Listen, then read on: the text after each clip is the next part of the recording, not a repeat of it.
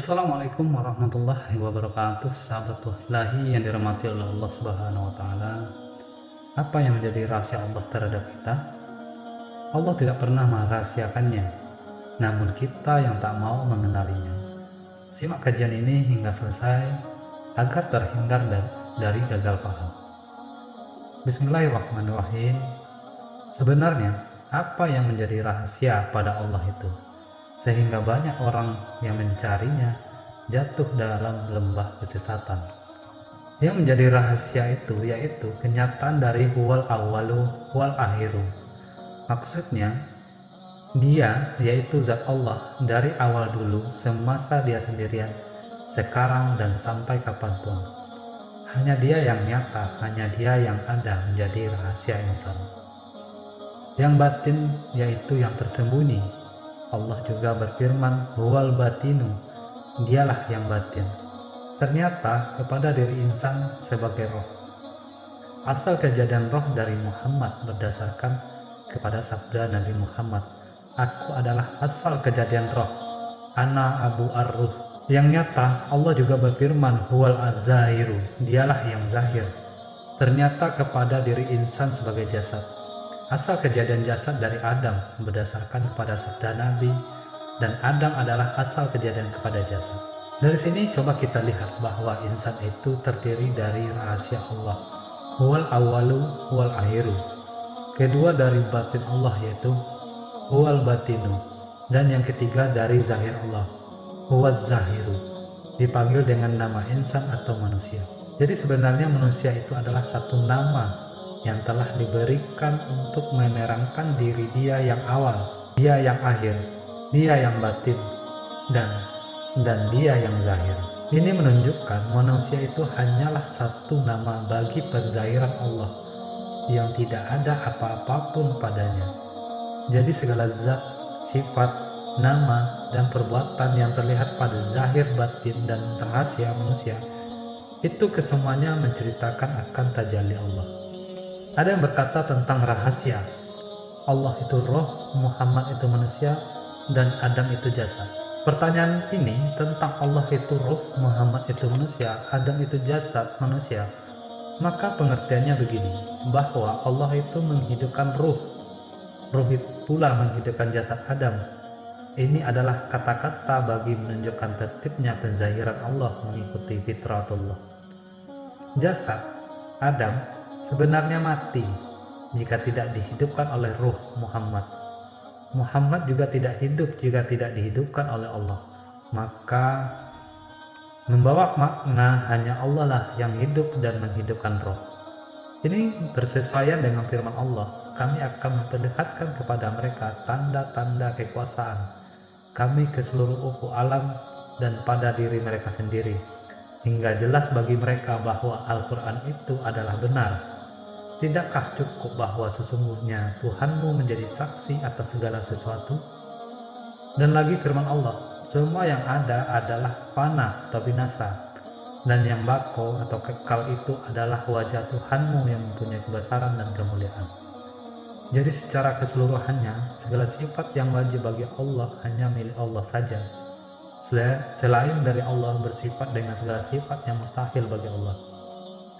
Contohnya Allah bersifat dengan sifat ada. Selain dari Allah bersifat dengan sifat mati, Allah bersifat dengan sifat hidup. Selain dari Allah bersifat dengan sifat mati. Inilah yang harus dipahami apabila kita menguraikan yang Allah itu bersifat dengan sifat bersalahan. Allah bagi segala yang baharu, yaitu pahami daripada mula asal di antara Allah dengan makhluk sebelum pertajalian itu berlaku.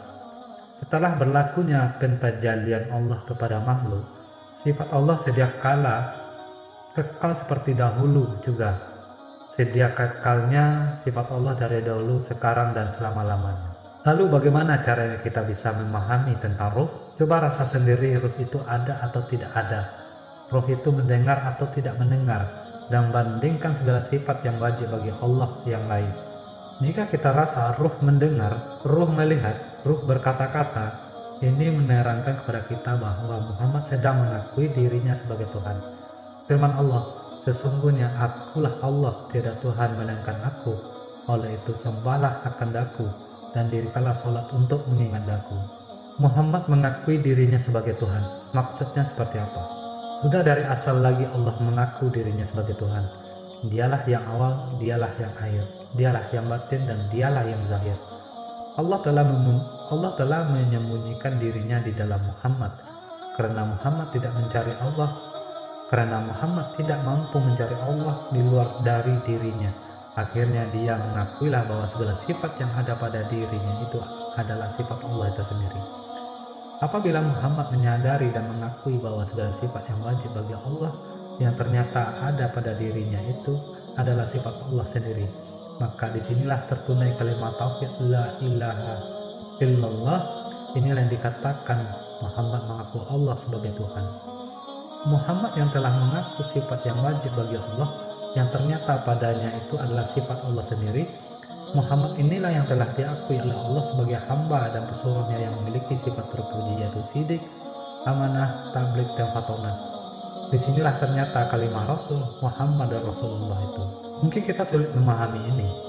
Coba kita bawa kepada mula asal.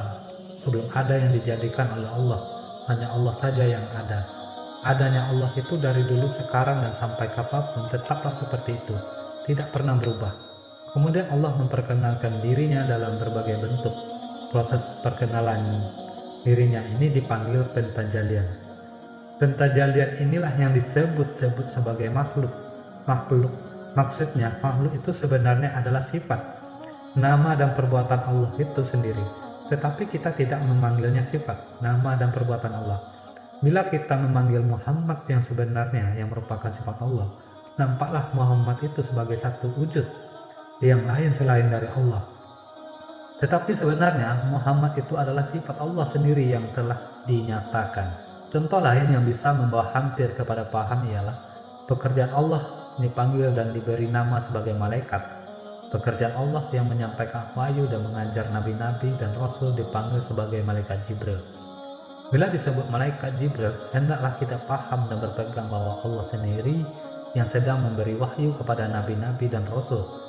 Nama atau panggilan yang dipanggil pada pekerjaan Allah yang sedang menyampaikan wahyu itu ialah malaikat Jibril. Kalau kita berpegang yang malaikat itu adalah wujud sendiri, maka kita terjerumus kepada syirik. Karena dengan pegangan sedemikian, kita telah beriktikad malaikat itu satu wujud yang lain selain dari Allah. Sedangkan malaikat itu sebenarnya menzahirkan pekerjaan Allah itu sendiri. Pekerjaan Allah ini dinamakan dan dipanggil sebagai malaikat. Begitu jugalah kepada makhluk-makhluk lain. Kesemuanya makhluk itu merupakan sama ada penzahiran sifat, nama atau perbuatan Allah yang disebut atau diberi nama dengan makhluk. Makhluk itu bukanlah ada wujud sendiri, tetapi ianya sedang menerangkan, sedang memberitahu, sedang bercerita tentang sifat, nama dan perbuatan Allah. Bila disebut makhluk, hendaklah kita beriktikad bahwa kesemua makhluk itu tidak ada wujud sendiri, tetapi merupakan penjelasan kepada wujudnya Allah. Jika tidak dizahirkan wujud Allah di dalam bentuk makhluk, sifat, nama, dan perbuatan Allah, tidaklah bisa dia dikenali. Dengan ini, bila disebut saja makhluk, hendaklah kita beriktikad bahwa makhluk itu tidak pernah ada wujud sendiri. Maksudnya tidak ada. Makhluk itu sebenarnya kenyataan sifat, nama dan perbuatan Allah sendiri. Maksudnya hanya Allah saja yang ada. Selain dari Allah tidak pernah ada. Yang dikatakan ada selain dari Allah itu bukanlah wujud makhluk itu sendiri, tetapi sebagai penerangan atau sebagai kenyataan wujud Allah. Ini persoalannya. Bila kita rasa kita ada, bagaimana kita memulangkan wujud diri kita kepada wujud Allah? Selagi masih ada rasa wujud sendiri dan selain dari Allah, di samping wujud Allah, selagi itu kita belum bersih dari najis syirik. Najis ini yaitu rasa wujud diri sendiri di samping wujud Allah, yang perlu dibersihkan atau yang perlu disucikan. Jangan sampai kita berkata la ilaha illallah, tiada nyata hanya Allah. Dalam masa yang sama, kita masih merasai wujud diri sendiri di samping wujud Allah. Kita katakan Allah hidup, tetapi dalam masa yang sama kita rasa diri kita hidup di samping hidup Allah.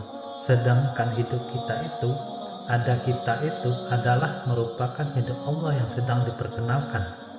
Ada Allah yang sedang dinyatakan. Cukup sampai di sini saja. Ada masa nanti kita sambung lagi. Biar mudah paham, maka tontonlah berulang-ulang agar tidak gagal paham. Kaca itu semakin bening bila sering dilap atau dibersihkan. Hati akan semakin bersih bila sering melakukan zikir qalbu. Ruh akan semakin jelas karena sering berzikir. Karena makanan zahir itu adalah makanan dan minum. Makanan ruh itu ialah zikrullah. Semakin sering berzikir, maka semakin nyatanya ruh. Semakin nyata ruh, semakin nyata Allah Subhanahu wa Ta'ala.